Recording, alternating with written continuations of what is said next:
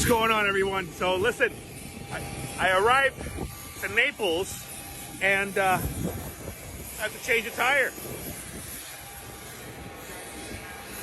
And they sent me an actual tire. No problem, right? Tire? No problem.